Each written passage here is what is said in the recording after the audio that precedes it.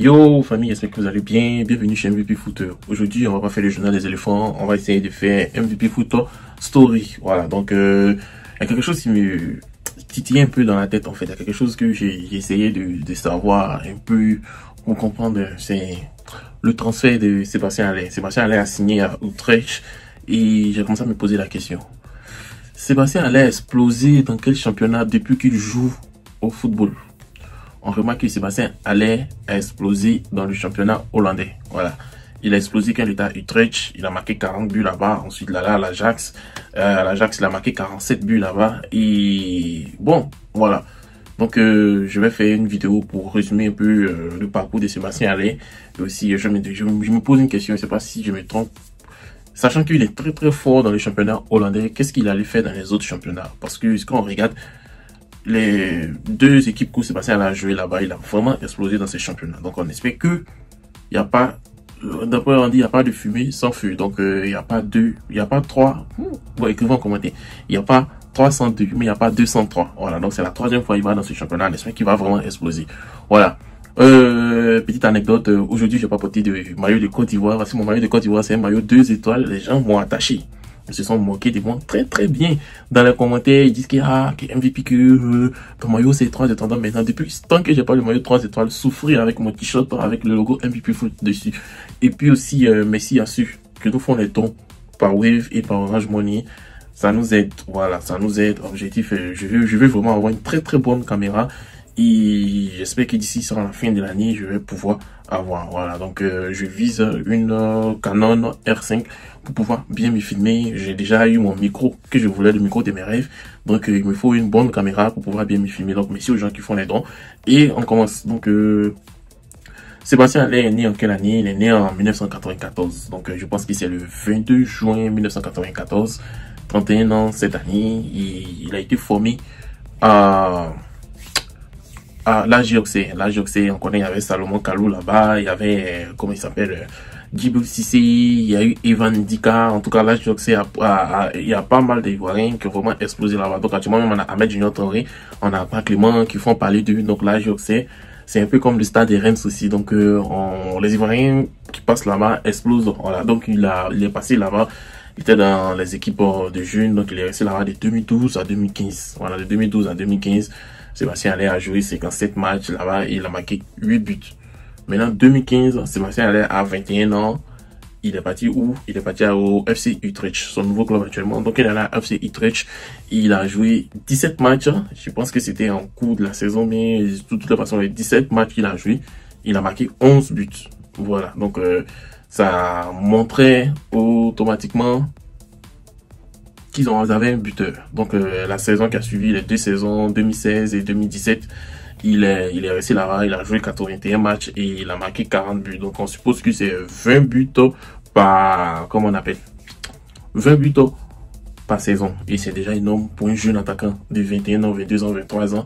Il avait totalisé 51 matchs, 51 buts autant pour moi avec cette équipe de Utrecht. Voilà, donc je pense que les vrais supporters de Utrecht l'ont pas oublié et il attend de pied ferme. L'attaquant, il est aguerri, il a eu pas mal d'expérience, il est arrivé, donc ça va très bien se passer maintenant. Voilà, maintenant après aussi, il allait dans le championnat allemand. Voilà, j'avais dit au début de la vidéo qu'il était dans le championnat néerlandais, mais dans le championnat allemand aussi, il était vraiment performant. Voilà, il a joué à l'Eintracht Francfort, le club de Colomwani, le club de Ndika. Il a joué 77 matchs là-bas et il a marqué 33 buts. Voilà, 77 matchs, 33 buts, 2 saisons, donc c'est l'équivalent de 35 si il divise en deux, 35 matchs par saison, et ça fait 17 buts.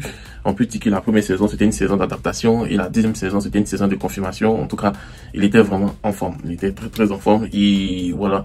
Ensuite, il allait à West Ham. Bon, la première ligue, on pensait qu'il allait vraiment exploser, mais il allait dans une équipe, je dirais, c'est pas une équipe moyenne, une équipe presque en dessous de la moyenne.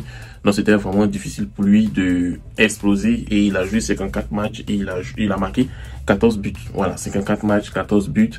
Il n'a pas duré de mauvais rêves de saison. Il est retourné dans le championnat où il connaît, où il a fait ses débuts, le championnat néerlandais. Il est retourné à l'Ajax d'Amsterdam et il a rencontré son entraîneur Erik ten Hag. Il y avait pas mal de joueurs. Je pense qu'on en a été là-bas en ce moment. Aussi, il y avait ces joueurs de Anthony, Lisandro Lopez. En tout cas, c'était vraiment une équipe incroyable. Et puis, il y avait un joueur, il s'appelait Tadic. Voilà, c'était un attaquant de soutien. Voilà, donc il tournait autour de Sébastien Haller. Sébastien Haller était en pivot. Donc, ça faisait de telle sorte que l'attaquant de soutien créait les espaces. Et lorsqu'on oubliait Sébastien Haller marquait les buts. Et c'était vraiment incroyable. Une saison 2021-2022, il a joué 66 matchs. Il a marqué 47 buts. 47 buts, il était meilleur buteur de la Ligue des Champions, meilleur buteur du championnat. En tout cas, il était vraiment à l'aise. Voilà, donc 2022, il est passé à Dortmund. Vous savez ce qui s'est passé. La maladie, et ça a vraiment freiné sa carrière. Jusqu'à actuellement, il se retrouve pas, mais il a joué 41 matchs, il a marqué 12 buts. Et je peux vous le dire que parmi ces 12 buts, il y a un but qui était très important pour moi, où j'ai vu que même s'il n'a pas été performant à Dortmund, il les a sauvés dans un but. C'était la saison passée, je pense que c'était la demi-finale contre l'Atlético de Madrid, demi ou quart de finale contre l'Atlético de Madrid. Ils étaient menés. Et avec 2-0, et Sébastien Haller à l'extérieur a marqué un but à la dernière minute. Donc ça donnait des espoirs à Dortmund pour jouer à domicile et gagner. Et le but de l'espoir a donné beaucoup d'espoir à cette équipe. Ils en ont vu cette équipe arriver en finale et malheureusement, et heureusement pour nous les supporters de Real, ils sont tombés sur nous en finale. Donc on les a pas oubliés, ce que nous avait fait un moment avec les Lewandowski. Donc on les a gagnés. Voilà. Bon. Voilà, aussi, donc nous aussi dans cette histoire de, comment on appelle, cette histoire de, je suis en train de me bloquer. Donc nous dans cette histoire de chercher un attaquant idéal, ils ont envoyé pas mal d'attaquants. Il y a un Allemand, j'ai oublié son nom, même, qui bloquait, qui est dans la hiérarchie de Haller. Ils ont payé Guirassy, donc Haller est parti à Legans, dans un club qui est en T2, qui est venu rapidement en, comment on appelle, qui est venu en première division. Et il n'y a pas de miracle. Si Haller devait exploser, il devait aller dans un club plus que moyen. Je pouvais dire FC Séville, Betis Séville. Il y avait pas mal de clubs qui le voulaient. On n'a pas compris pourquoi est-ce que c'est à la dernière minute, il a choisi son club. Et heureusement, le FC Utrecht l'a rappelé. Tiens, on a notre buteur qui est en train de se tourner partout. Reviens à la maison, viens faire ce que tu connais. Voilà, donc il est revenu dans un environnement qu'il connaît très bien. Il connaît très bien cet environnement et l'environnement, ça va lui permettre de telle sorte que son intégration va être bien. Voilà. Aussi, Haller aussi a joué. Hein. Il a joué dans pas mal de sélections avec la France. Avec les jeunes, quand on comptabilise, il a marqué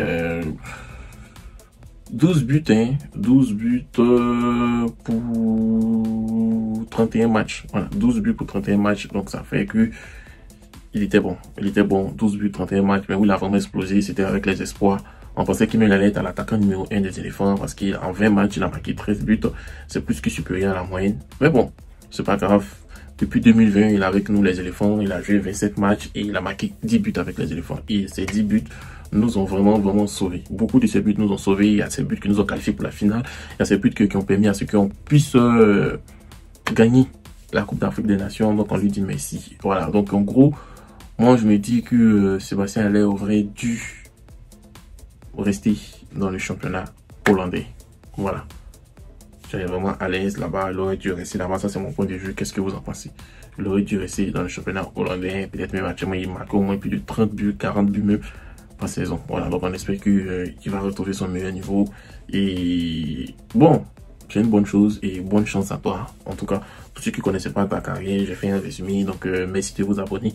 Et on s'est dit à demain. Il n'y a pas beaucoup d'informations. C'est pour cela que je n'ai pas fait le journal des éléphants aujourd'hui, 10 janvier 2025. Donc, peut-être que je vais attendre demain. Je vais collecter les informations et puis on va faire. Voilà. Donc, merci et puis passez une agréable soirée et bon week-end à vous.